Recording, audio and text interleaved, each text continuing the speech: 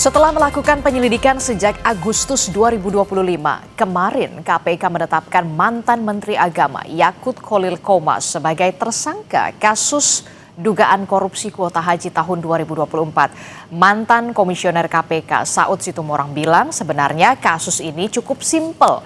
Tapi kenapa baru sekarang Yakut ditetapkan sebagai tersangka? Dan apa langkah selanjutnya yang akan dilakukan KPK? Kami akan membahasnya bersama dengan juru bicara KPK, Budi Prasetyo, dan juga ada dari Pukat UGM, ada Bung Zainur Rohman. Selamat pagi, Assalamualaikum Bapak-Bapak. Selamat pagi, Waalaikumsalam. Waalaikumsalam. Waalaikumsalam. Ya, kita tahu Komisi Pemberantasan Korupsi kemarin mengumumkan ada penetapan 2 orang tersangka terkait dengan kasus pembagian kuota haji, begitu ya, kuota haji di tahun 2023-2024 kalau tidak salah. Saya ingin ke Mas Budi dulu. Mas Budi, mantan Menteri Agama Gus Yakut Kholil Qomas ini ditetapkan sebagai tersangka bersama dengan mantan staf susnya begitu ya, Gus Alex di sana. Nah, saya ingin tahu dulu apa sebenarnya peran krusial dari Yakut Kholil Qomas dalam kasus dugaan korupsi ini hingga akhirnya KPK menetapkan keduanya menjadi tersangka.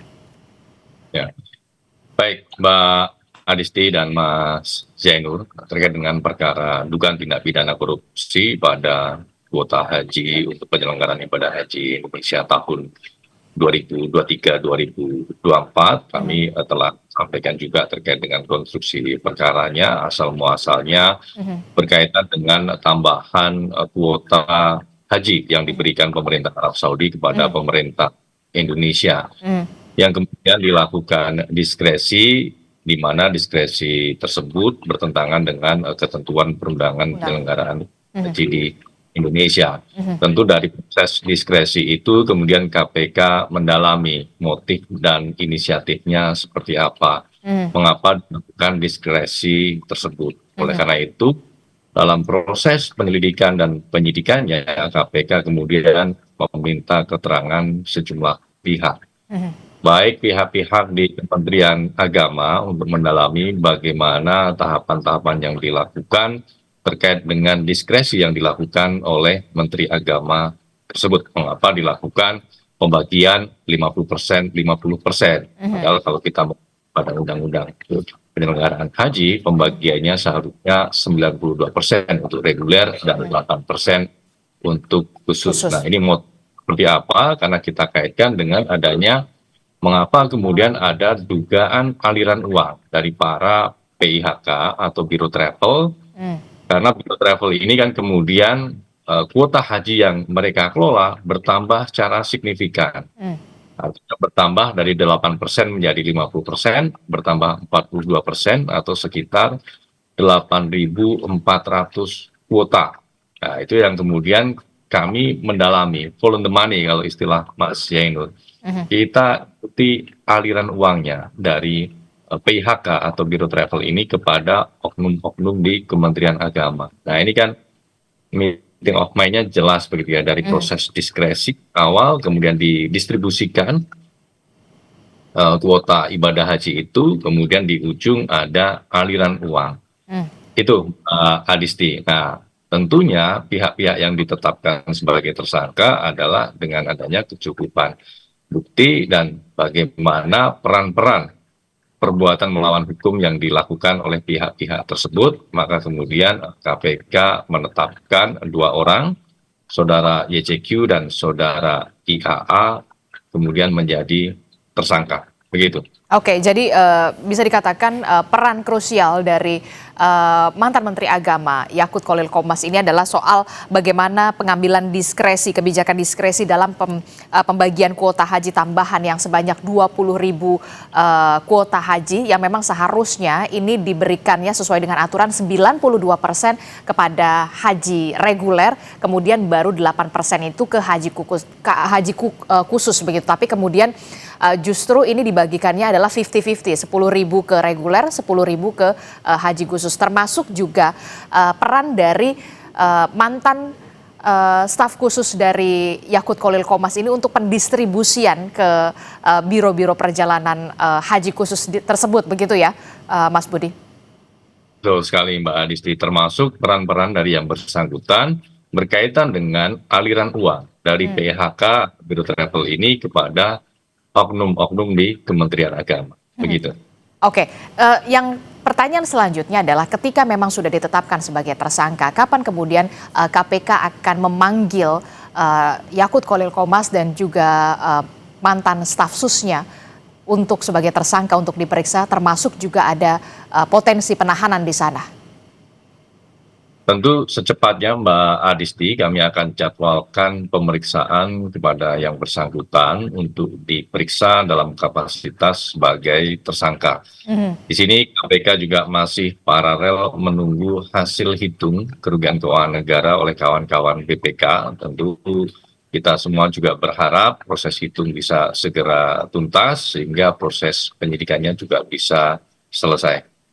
Oke, termasuk juga ada potensi kemungkinan tersangka bertambah setelah ada pengumuman soal nilai kerugian negara di sana atau seperti apa sebenarnya?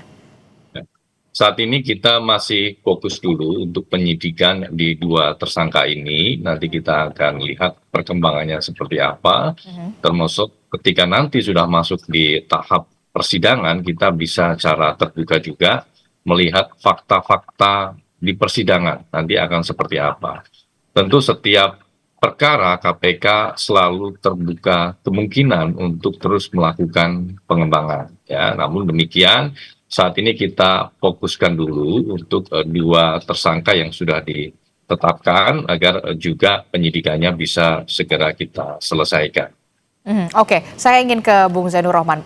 Bung Zainur, ini kalau kita lihat kan KPK juga akan menelisik begitu ya soal dugaan aliran dana begitu ya, karena memang tidak mungkin eh, Menteri Agama begitu ya pada saat itu melakukan diskresi yang memang seharusnya sesuai dengan aturan ini 92% sampai 8% begitu ya dibaginya. Tapi kemudian ini dibagi menjadi 50-50. Tentu ini menjadi pertanyaan untuk kita semua begitu. Apa sebenarnya yang menjadi motif kalau bukan soal dugaan jual beli kuota? Nah, bagaimana Bung Zainur Anda melihat ini?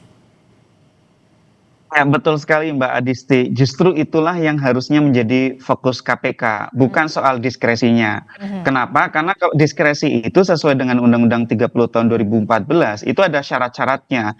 Kalau sudah diatur di dalam Undang-Undang Haji, ya Undang-Undang 8 2019 dengan jelas, maka sebenarnya tidak terbuka ruang diskresi. Diskresi itu tujuannya apa sih?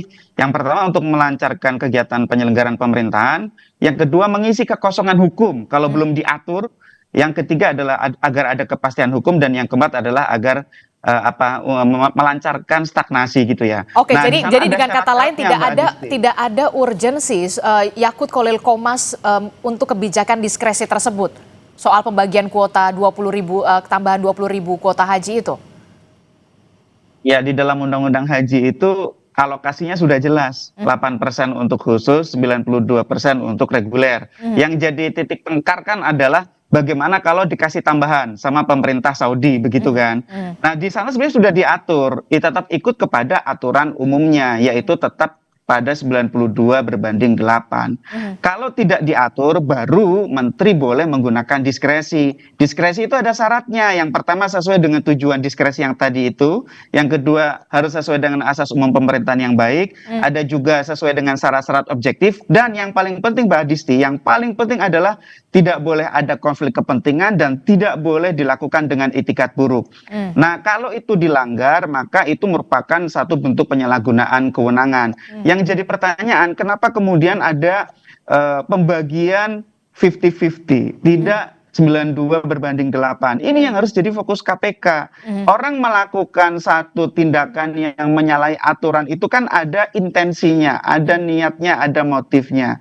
Nah, KPK saya ingat betul pernah menyampaikan kepada publik ada dugaan aliran dana. Baru saja Pak Budi sebagai juru bicara KPK juga menyampaikan ada aliran dana. Nah, aliran dana inilah yang harus ditindaklanjuti Mbak Adisti, follow the money, meminta bantuan PPATK untuk menelusuri apakah PIHK travel haji ini mereka misalnya membeli atau mereka itu iuran Mbak Adisti dikumpulkan kepada maklar, maklarnya itulah yang menyerahkan kepada perantara seantaranya membagikan kepada pejabat di Kementerian Agama. Kan sebenarnya KPK sudah pernah spill informasi-informasi ini gitu ya. Nah, itu yang harus segera untuk diselesaikan peta aliran dananya. Semua yang memberi dan semua yang menerima sama-sama harus dijerat dengan tindak pidana korupsi. Terserah KPK apakah mau menggunakan pasal suap, pasal gratifikasi, atau tetap konsisten menggunakan pasal 2 atau pasal 3 Undang-Undang Tipikor yang sekarang menjadi pasal 603 dan 604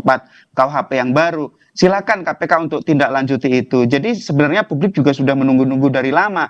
Kenapa KPK yang sudah pernah umumkan ada aliran dana baru sekarang tetapkan sebagai tersangka. Itu pun, mohon maaf nih Pak Mas Budi, penetapan tersangkanya itu tidak diumumkan melalui konferensi pers, Mbak Adistia, hanya melalui keterangan oleh Mas Budi. Kalau kita ingat ya, biasanya kan KPK itu kalau ada penetapan tersangka sekelas mantan menteri, pejabat dengan kedudukan sangat tinggi ini kan biasanya pimpinan KPK, kemudian lengkap dengan kelengkapan ada deputi penindakan, bahkan kadang ada direktur penyidikan. Nah ini kan baru dilakukan oleh Mas Budi sebagai juru bicara. Ini ada apa di internal pimpinan KPK? Itu menjadi pertanyaan publik, Mbak Disti.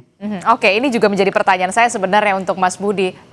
Itu kan dilakukan oleh Mas Budi begitu ya, doorstep begitu. Biasanya itu dilakukan secara konferensi pers begitu, memang secara resmi.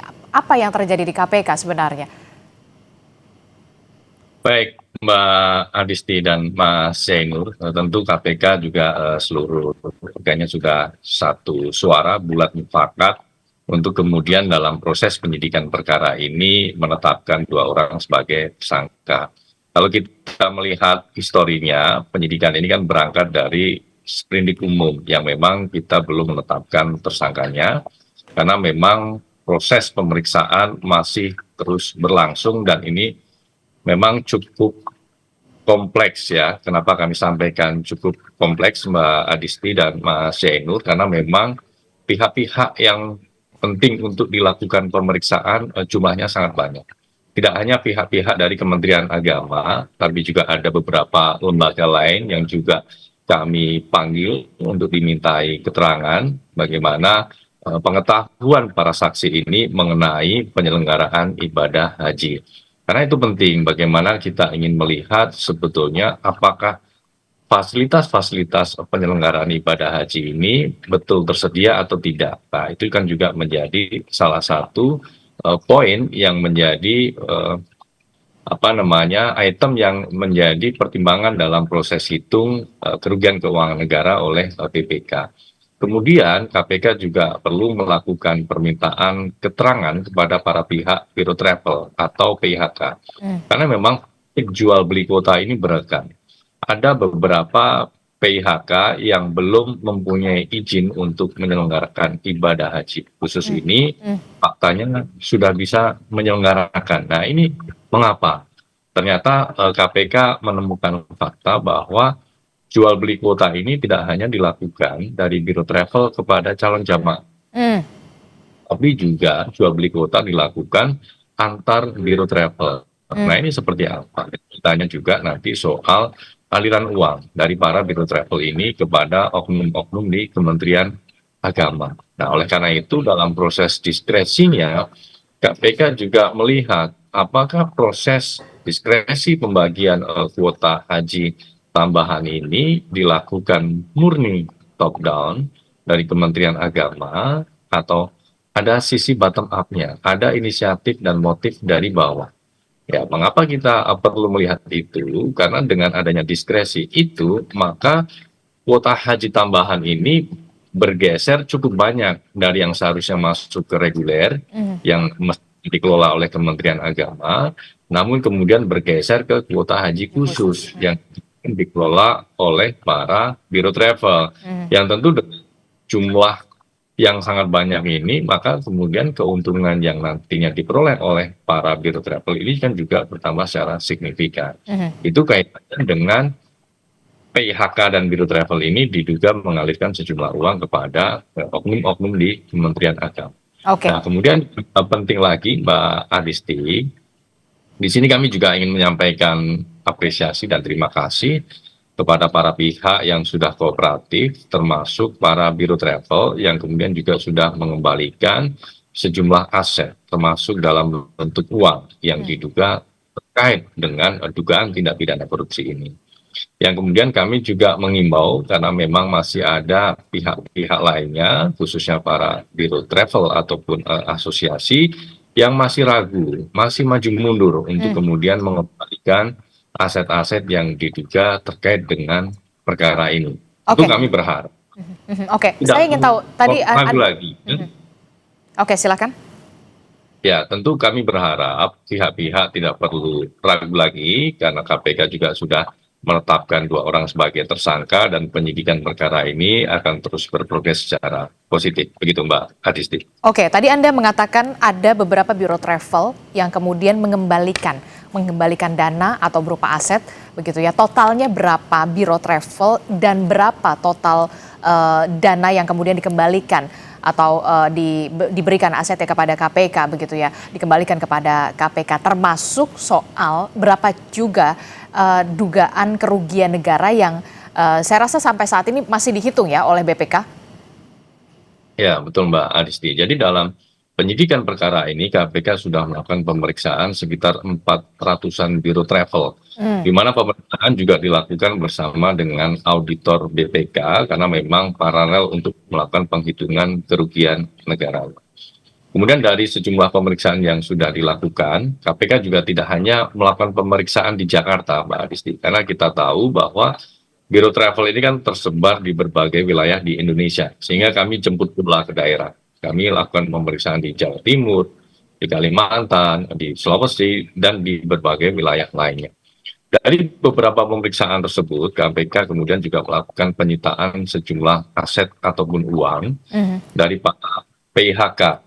Dan sampai dengan hari ini terhitung mencapai sekitar 100 miliar. Oleh karena itu KPK masih terus berharap pada pihak-pihak terkait untuk jangan ragu lagi. Silahkan jika memang aset-aset yang diperoleh tersebut diduga dari dugaan tindak pidana korupsi ini untuk tidak ragu lagi mengembalikan kepada KPK. Karena ini memang dibutuhkan untuk proses pembuktian sekaligus sebagai langkah awal KPK dalam optimalisasi pemulihan keuangan negaranya nanti.